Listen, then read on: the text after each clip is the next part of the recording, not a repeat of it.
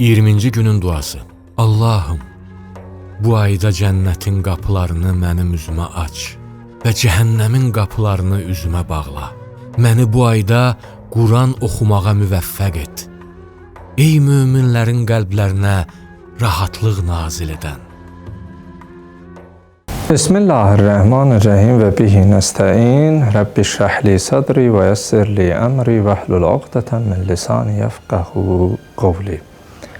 Allahümmə iftəhli fihi əvvabel cinan və əqliq ənni fihi əvvabən niran və vəffiqni fihi litilavetil Qur'an ya munziləs səkinəti fi qulubil müminin. Amin.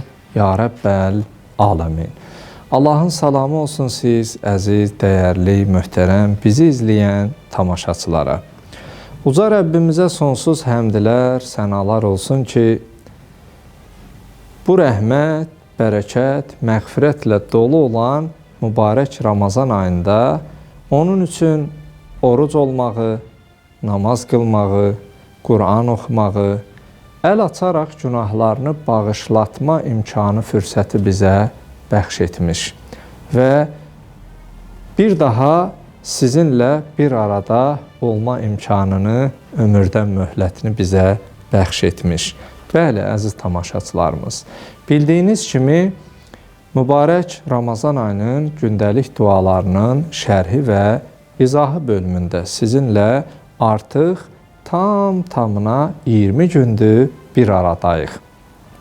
Artıq mübarək Ramazan ayının ikinci 10 günlüyü bitmək üzrədir və bu gün bitir.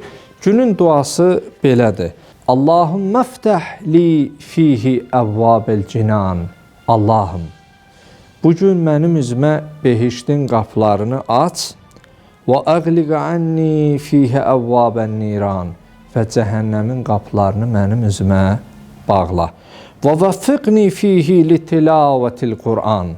Allahım, bugün sənin səmavi kitabın olan Qur'an-ı Kərimi oxumağı, qiraət etməyi, tilavət etməyi mənə nəsib et.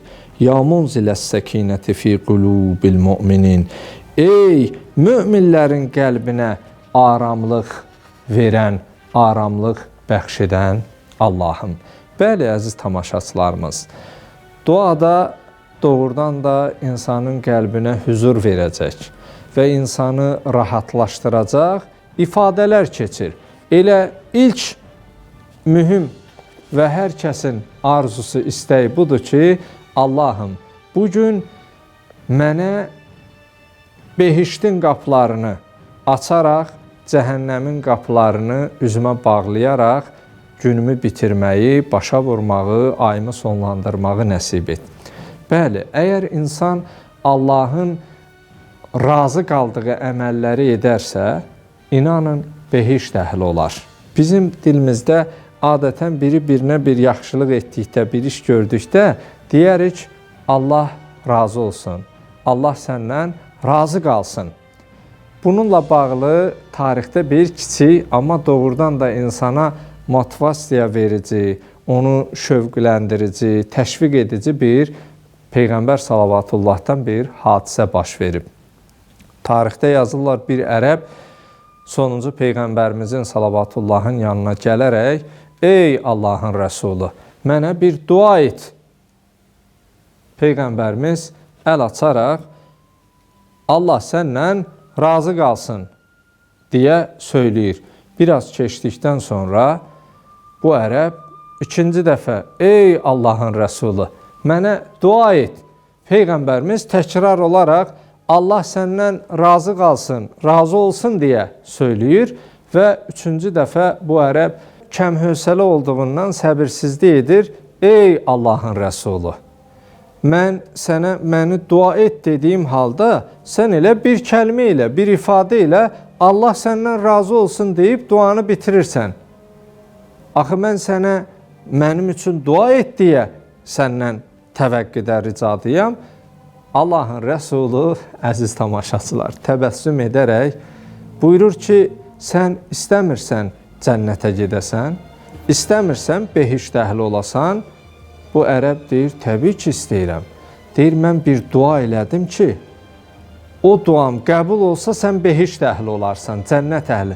Mən dedim, Allah səndən razı olsun. Əgər bir bəndəsindən Allah razı qalarsa, Allah ondan razı olarsa, o cənnət əhli olar. Mən elə ən böyük duanı sənin üçün etdim. Ona görə bir-birimiz üçün dua eləyəndə Allah səndən razı qalsın, Allah səndən razı olsun deyə dua etməmiz ən gözəl dualardan biridir. Bəli, günümüzün duasında Allahım, bugün mənim üçün behiştin qapılarını aç. Behiştin qapısının üzvə açılması üçün mütləq şəkildə sən Allahın razı qaldığı işləri görməlisən.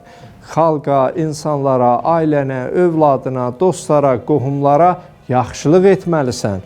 Və Allahım, cəhənnəmin qapılarını mənim üzümə bağla və Quran oxumağı bu ayda mənə müvəffəq et deyə Allahdan biz dualar edirik. Bəli, əziz tamaşaçılar, İnsan bu ay elə bir aydır ki, bu ayda nəfsi ilə mübarizə, iradəsinin güclənməsi ilə təbii ki, mücadilə aparır. Digər aylarda biz bir pis iş görəndə Allah lənət etsin şeytana deyərək, iblis şeytan məni azdırdı söylədiyimiz təqdirdə və bu ay şeytan zəncirlənirsə, sən yenə də pis işlər görürsənsə və pis işlərin ardındasansa, buradan bir nəticə çıxarmaq olar ki, demək, digər aylarda da bunu sənə etdirən şeytan deyil, sənin nəfsindir. Nəfs doğrudan da bizim daxili düşmənimizdir, bizə çox yaxındır. Mən qısa bir ibrətamiz bir məsələyə toxunum. Deyir, Şamla kibritin söhbəti olur. Şam kibritə deyir, sən mənim qatilimsən. Kibrit deyir ki, sənin əsl qatilin sənin öz içində tam mərkəzində yerləşdirdiyin ipdir. Səni yandırıb əridən odur. Baxın, iblis əgər kibritə bənzirsə kənarda, amma nəfsimizsə Şamın tam mərkəzində yerləşən ipə bənzəyir. Yəni, iblis şeytan diktə edə bilər, göstəriş verə bilər. Amma sonuzda o əməli edən bizim nəfsimizdir. Yəni, bizi yandıran, bizi məhv edən, cəhənnəm oduna aparan bizim nəfsimizdir. Aman bu nəfsin əlindən, aman bu nəfsin əlindən, aman bu nəfsin əlindən. Allahım, bu mübarək ayda etdiyimiz duaları, qıldığımız namazları, tutduğumuz orucları, Qur'andan oxuduğumuz kəlamları bizdən qəbul etkinən. Amin. Ya Rəbbəl aləmin.